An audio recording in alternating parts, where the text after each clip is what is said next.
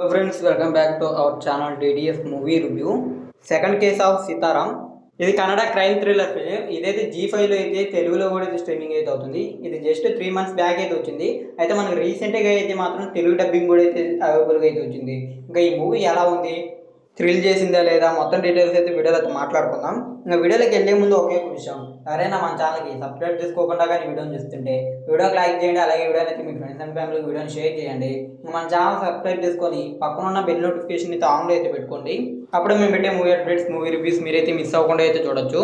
ఇంకా మూవీ విషయానికి వస్తే మూవీ అయితే పర్లేదు, యావరేజ్గా అయితే అనిపించింది. నాకైతే పెద్దగా అయితే అంతగా అయితే ఏం నచ్చలా, జస్ట్ యావరేజ్గా అయితే అనిపించింది. ఫస్ట్గా మూవీ రన్ టైం తీసుకుంటే 1 hour 57 minutes దాకా అయితే ఉంది. కాబట్టి రన్ టైంతో పెద్దగా అయితే ప్రాబ్లం అయితే లేదు. ఇంకా మూవీ స్టోరీ ప్లాట్ విషయానికి వస్తే ఈ మూవీలో స్టార్టింగ్లో ఒక అడవిలో అయితే ఒక డెడ్ బాడీ అయితే దొరుకుతుంది. ఆ డెడ్ బాడీని చాలా బ్రూటల్గా అయితే చంపేసి ఆ అడవిలో అయితే పారేసి ఉంటారు.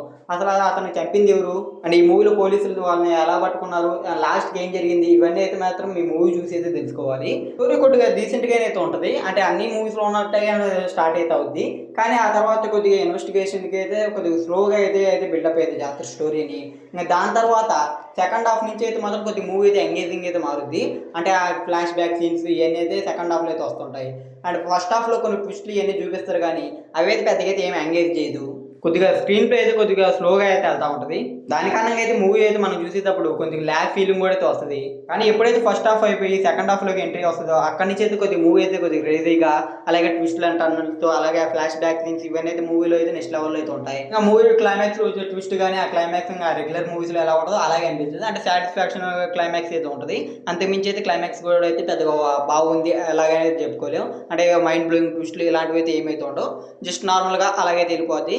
కాబట్టి ఓవరాల్ ఈ ఫిలిం అయితే మాత్రం ఒక average film. Crime thriller movies నచ్చే వాళ్ళు అయితే ఈ మూవీ అయితే ఒకసారి అయితే ట్రై చేయొచ్చు. ఇంకా ఈ మూవీ G5లో తెలుగు డబ్బింగ్తో కూడా అయితే అవైలబుల్గా అయితే ఉంది. ఇంకా ఈ మూవీ రివ్యూ అయితే. ఇంకా ఈ వీడియో కానీ మీకు నచ్చినట్టయితే ఈ వీడియోకి అయితే లైక్ చేయండి. ఈ వీడియోని అయితే మీ ఫ్రెండ్స్ అండ్ ఫ్యామిలీ వీడియోని షేర్ చేయండి. ఇంకా మన ఛానల్కి సబ్స్క్రైబ్ చేసుకొని పక్కన ఉన్న బెల్ నోటిఫికేషన్ అయితే ఆన్లో అయితే పెట్టుకోండి. అప్పుడే మేము పెట్టే మూవీ అప్డేట్స్, మూవీ రివ్యూస్ మీరైతే మిస్ అవ్వకుండా అయితే చూడొచ్చు.